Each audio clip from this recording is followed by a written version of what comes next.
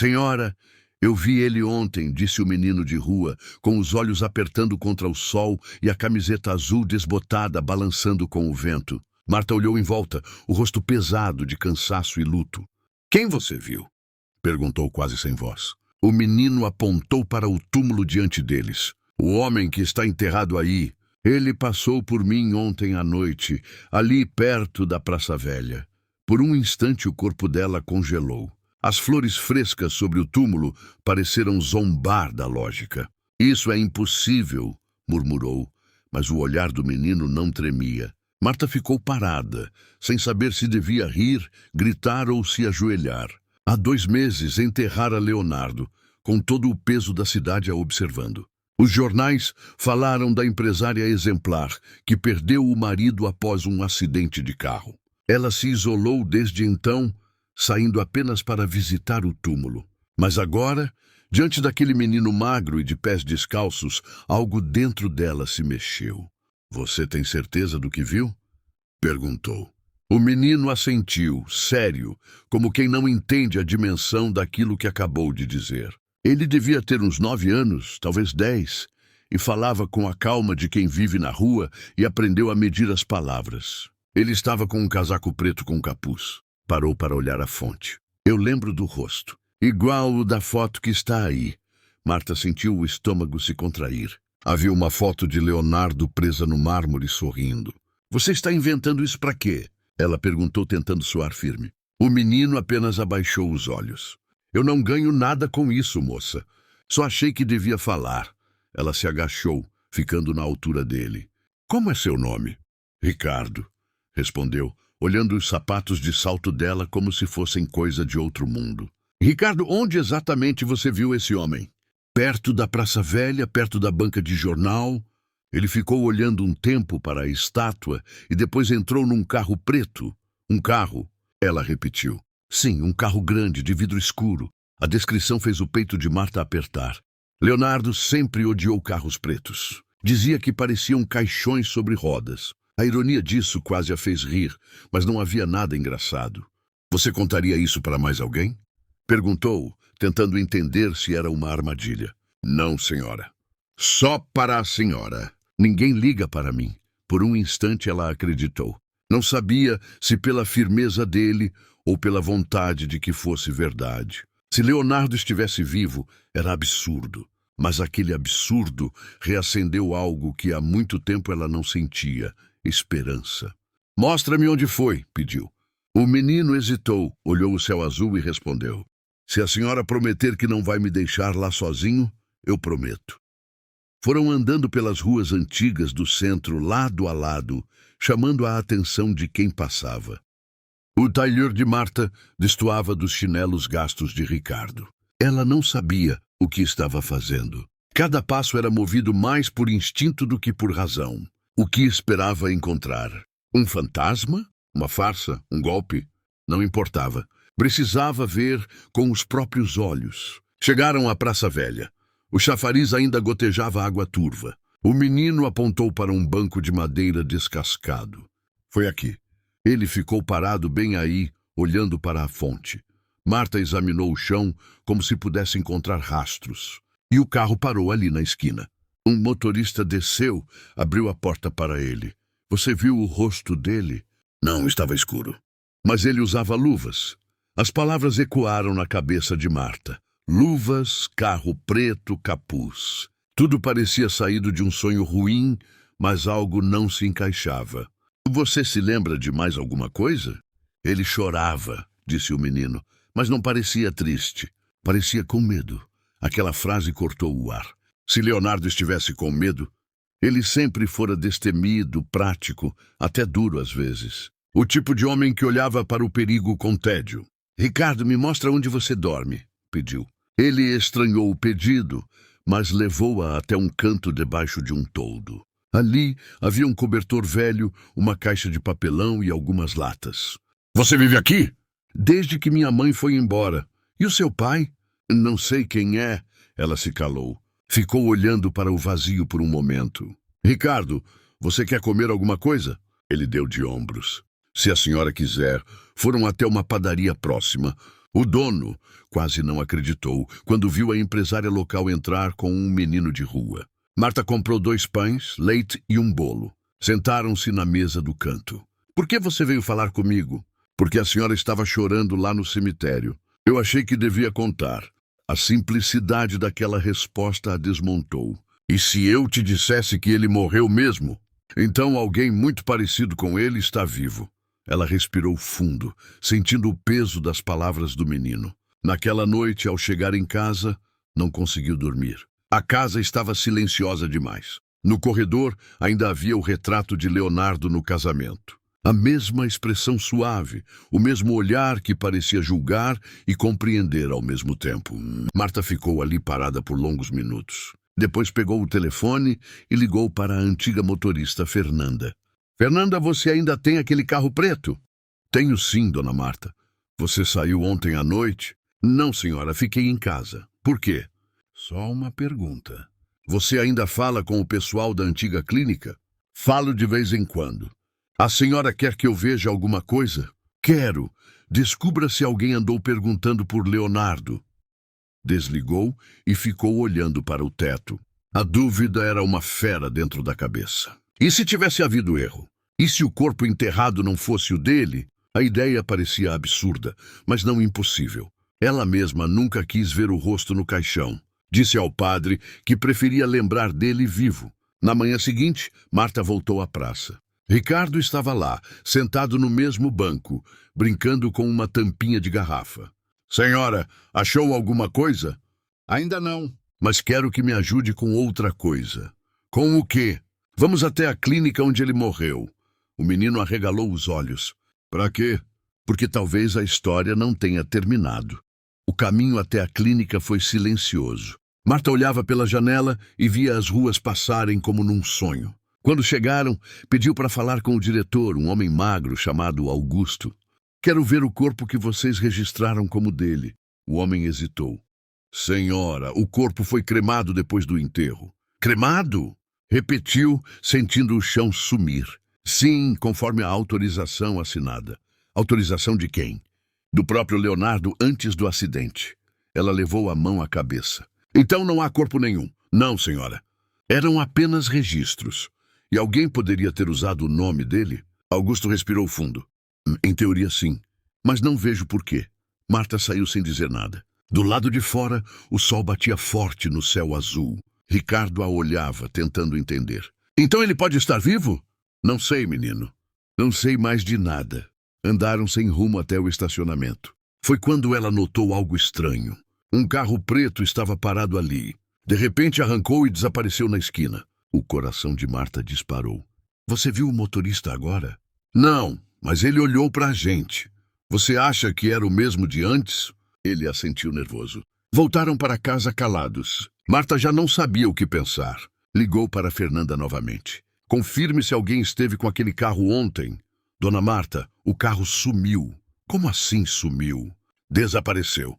E o porteiro disse que uma mulher com luvas veio buscá-lo, dizendo que era por ordem da senhora."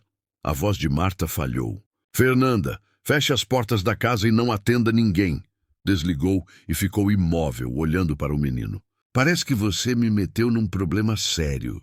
"Eu só contei o que vi, moça." Ela respirou fundo. "Então agora você vai ficar aqui. É mais seguro." Ricardo olhou a mansão assustado. "Aqui? Eu nunca dormi num lugar assim." "Pois vai dormir hoje. E se o homem aparecer?" "Se aparecer, quero estar aqui para ver." Naquela noite, enquanto Ricardo dormia num sofá, Marta andou pela casa toda. Em cada canto, parecia sentir a presença de Leonardo. Na escrivaninha, encontrou um envelope antigo. Era uma carta sem remetente, escrita à mão. "Se algo acontecer, não procure respostas no túmulo. Procure na casa que nunca terminamos." O coração dela quase parou. Aquela era a letra de Leonardo. Marta sentou-se à mesa, a carta tremendo nas mãos. As palavras eram poucas, mas carregavam o peso de um mundo. "Procure na casa que nunca terminamos." Ela sabia qual era. Uma propriedade inacabada nos arredores da cidade, onde ela e Leonardo planejavam se mudar antes do acidente. Um refúgio de vidro e madeira, abandonado depois que ele morreu. Aquela frase não podia ser coincidência. Dobrou o papel, guardou na bolsa e olhou para o menino que dormia enrolado no sofá, com um cobertor grande demais para o corpo pequeno. Amanheceria em poucas horas. Ao amanhecer, preparou café e pão com manteiga. Quando Ricardo acordou, esfregando os olhos, ela já estava de tailleur. Vamos sair, disse apenas. Para onde? Para a casa que nunca terminamos. Ele piscou confuso. É longe? Um pouco. E se a gente encontrar ele lá? Então talvez eu consiga entender o que aconteceu. O carro seguiu pela estrada de terra. O céu azul refletia no para-brisa e o vento fazia a camiseta do menino tremular. Quando chegaram, o portão estava entreaberto. A casa parecia um esqueleto de concreto, janelas sem vidro, paredes nuas. O mato tomava conta do quintal. Aqui era para ser o nosso recomeço, murmurou ela. Mas tudo parou quando ele morreu. Tem alguém morando aqui? Perguntou Ricardo. Duvido. Mesmo assim, ela tirou o casaco e mandou o menino esperar no carro. O interior cheirava a mofo e lembrança. As caixas ainda tinham etiquetas com o nome Leonardo. Em uma delas, encontrou um retrato dos dois juntos e um caderno com anotações de reforma. Tudo parecia normal, até ouvir um estalo vindo do andar de cima. Tem alguém aí? Perguntou a voz vacilante. O silêncio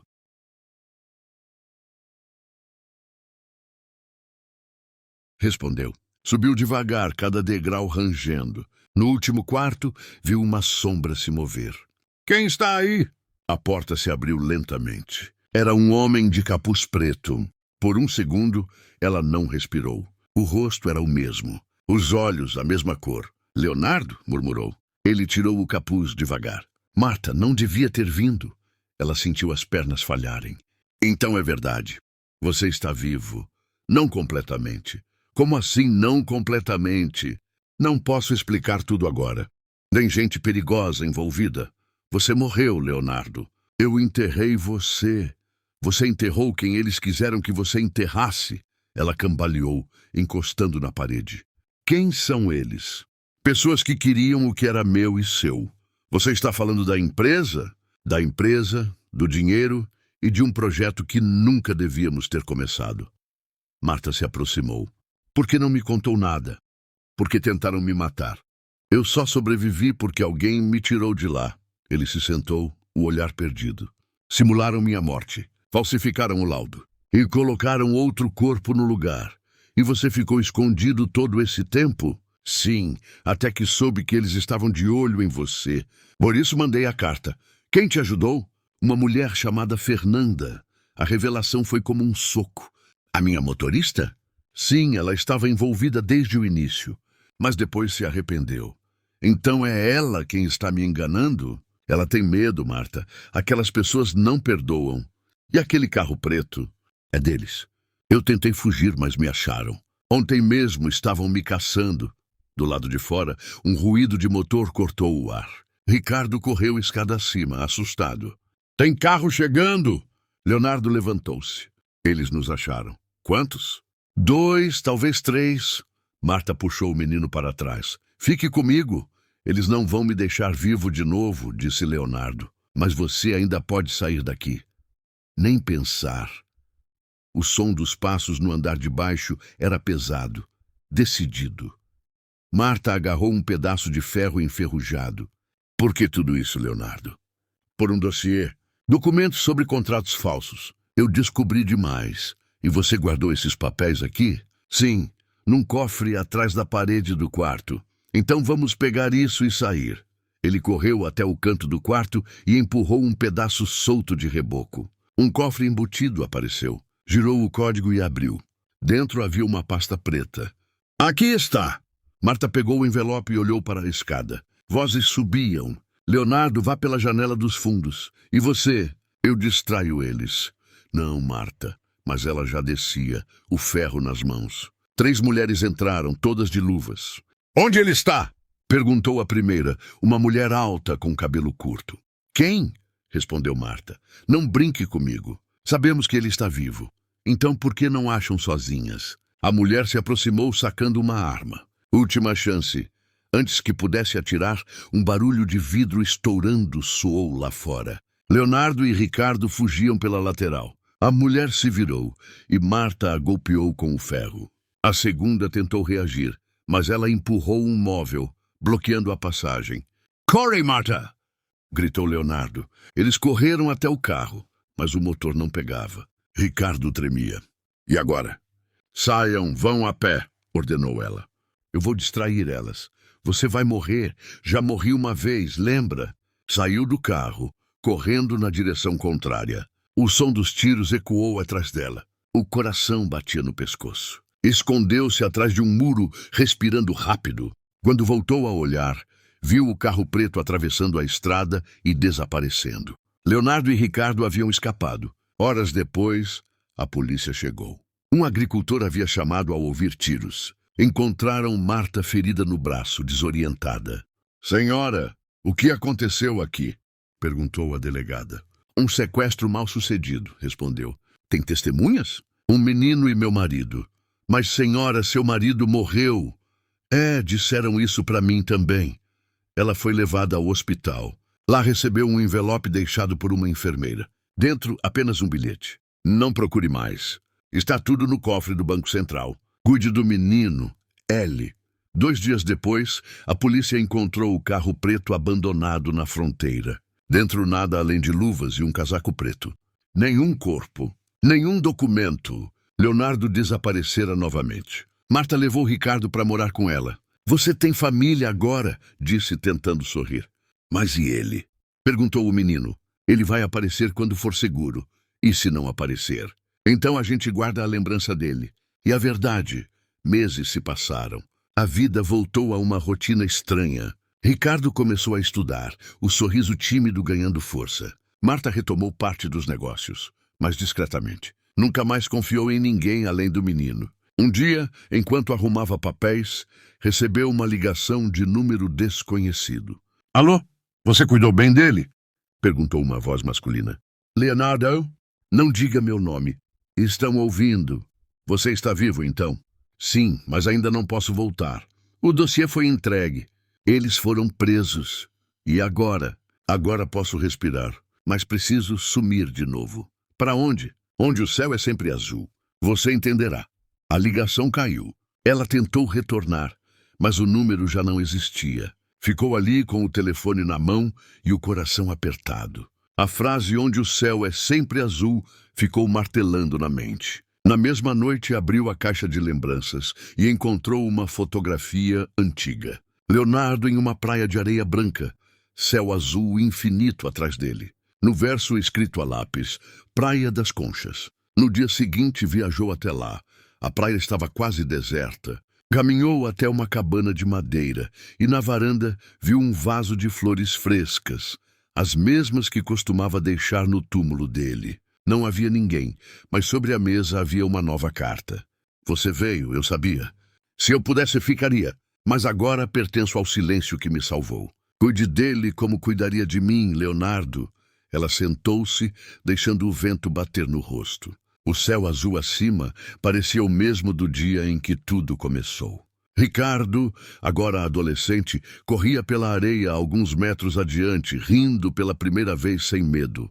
Marta fechou os olhos e murmurou: "Onde quer que você esteja, Leonardo, o céu continua azul." E pela primeira vez em muito tempo, sentiu paz.